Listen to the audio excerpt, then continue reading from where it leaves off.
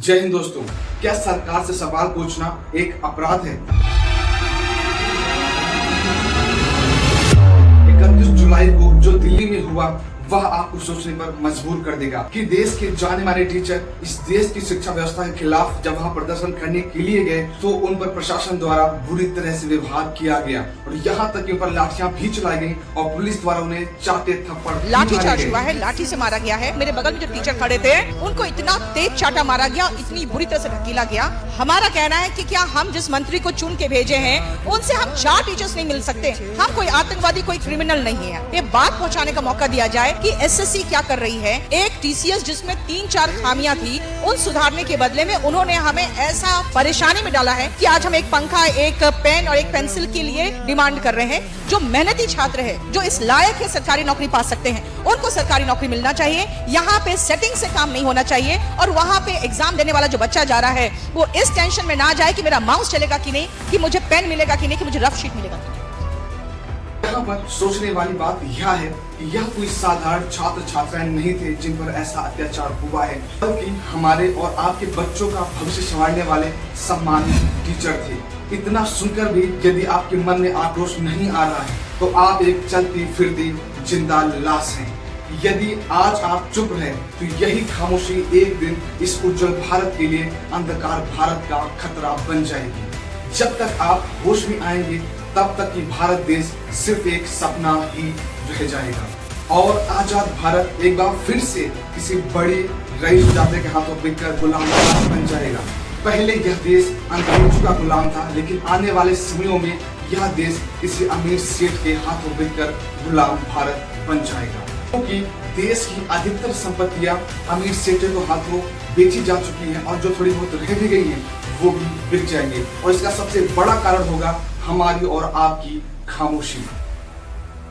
आइए टॉपिक पर वापस लौटते हैं। आप जरा सोच कर देखो, इस देश का युवा अपने सपनों को नई उड़ान देने के लिए एक छोटे से गांव से निकल करके शहरों में रहता है ताकि वह अपनी पढ़ाई को अच्छे से कर सके, क्योंकि वहां पर रहकर उसे कोचिंग या फिर अन्य सुविधाएं आराम से मुहैया हो जाती हैं, जिसके कारण वह अच्छे से पढ़ सकता है और रात दिन कड़ी मेहनत करके एग्जाम की तैयारी करता है। तो कई बार ऐसा होता है कि एग्जाम कैंसिल हो जाते हैं या फिर पेपर ही लीक हो जाता है और मानो जैसे तैसे एग्जाम हो भी गए तो महीनों तक रिजल्ट नहीं आता है और अगर रिजल्ट आ भी गया तो इस व्यवस्था के अंडर बैठे दलाल लोग रिश्वत लेकर किसी अयोग्य व्यक्ति को उस सीट पर बिठा देते हैं जिसके लिए एक लड़का रात दिन कड़ी मेहनत कर रहा था। तो आप जरा सोच कर देखो उस लड़के पर क्या बीतेगी। अब उसे समाज में कितना जलील होना पड़ेगा और अपने घर परिवार, नाते, रिश्तेदारों द्वारा कितना ज्यादा उसे ताने सुनने होंगे, ये सिर्फ वही जानता है। यदि इन युवाओं के पास इतना पैसा होता तो ये 25 से 30 हजार की नौकरी के पीछे इतने ज्यादा धक्के ना खा रहे होते, कहीं विदेश में पढ़ाई करके अच्छे पदों पर बैठे होते। लेकिन क्या करें, ये तो लाचार हैं और इनके भविष्य के साथ अच्छे से राजनीति की जा रही है। तभी तो पिछले दिनों में एसएससी और सीजीएल द्वारा ऐसे सवालों को पूछा गया जिसे सुनकर आप अपना माथा पकड़ लेंगे। आप जरा सोच कर देखो ये लोग सवाल कैसे करते हैं। डीजे वाले बाबू मेरा गाना बजा दे, ये गाना किसने लिखा या फिर किसने गाया? इस सवालों का शिक्षकों से या फिर छात्रों से क्या लेना देना है? और ऐसे सवाल ये लोग पूछते हैं मानो उनके पास और कोई सवाल ही बाकी नहीं है। देख रहे हो ये लोग क्या पूछते हैं, बदतमीज। तुम ये सब सवाल पूछोगे और कोर्ट इंटरव्यू भी ना करे। ये कह रहे हैं 1993 में एक दिन में 28 गाने रिकॉर्ड करने के लिए किसका नाम गिनीज बुक ऑफ रिकॉर्ड में दर्ज हुआ था? कुमार सानू का। चलो मैं इस सवाल को फिर भी थोड़ा जेन्युइन मान लेता हूं, एफएससी जीडी में पूछे गए सवाल है। ये कह रहे हैं आदित्य प्रतीक सिंह सिसोदिया डीजे वाले बाबू गाने से डेब्यू करने वाले रैपर कौन है? तुम्हारे हैप्पी पढ़ने चाहिए गाल पे। ये सब सवाल पूछते हो तुम, ये तुम्हारी औकात रहेगी और तुम कह रहे हो कि कोर्ट इसमें इंटरव्यू ना करे।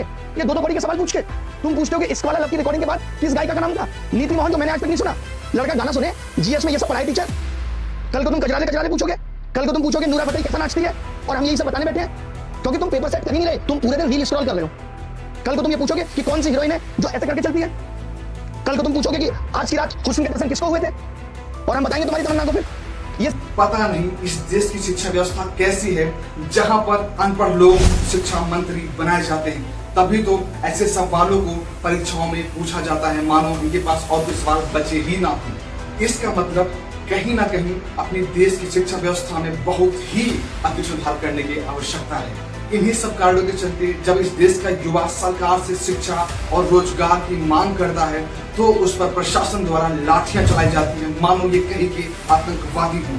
और जब यही युवा धर्म के रंग में रंग कर जब कावड़ लेकर जाता है तो सरकार द्वारा उन पर फूलों की वर्षा कराई जाती है। पिछले दिनों में अभी देखा गया है कि जहां पर पुलिसकर्मी लोग कावड़ यात्रियों के पैर दबा रहे थे और उनकी सेवा में लगे हुए थे। और इसका सीधा मतलब यह है कि तुम सरकार से रोजगार की, शिक्षा की मांग ना करो, वहीं पर तुम धर्म का चोला ओढ़ करके दिन भर रात भर भक्ति में लौलीन रहो तो सरकार तुमसे खुश रहेगी। और जब कभी यदि तुमने सरकार से कोई सवाल की तो तुम्हें बुरी तरह से पीटा जाएगा।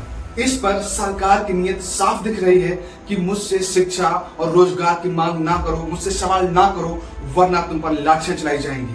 तो भलाई इसी में है कि चुप रहो, भक्ति साधना करो तो तुम्हारा सम्मान होगा, वरना इसी तरह लाठियां खाओगे।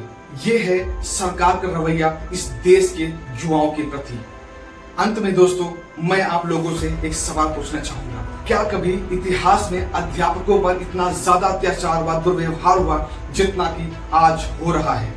और सिर्फ इतना ही नहीं, इन अध्यापकों पर FIR भी दर्ज कराई गई, मानो ये हत्यारे, लुटेरे हों या फिर आतंकवादी हों, जिन पर FIR दर्ज कराई गई और कईयों को कुछ समय के लिए हिरासत में भी पुलिस द्वारा ले लिया गया था।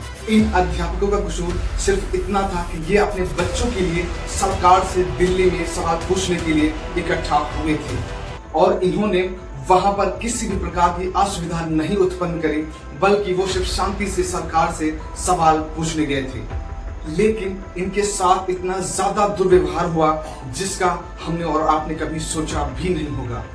और दोस्तों, आपको क्या लगता है इन टीचरों के साथ में जो हुआ वो कितना सही है? और इसके साथ ही इस देश के युवाओं के भविष्य के साथ जो खिलवाड़ किया जा रहा है वो भी कहां तक सही है? और अंत में दोस्तों, मैं आपसे यही कहना चाहूंगा कि जिस देश में गुरुओं का इतना ज्यादा अपमान हो, वो देश आगे चल करके विश्व गुरु कैसे बनेगा? अपनी राय में कमेंट बॉक्स में जरूर बताएं।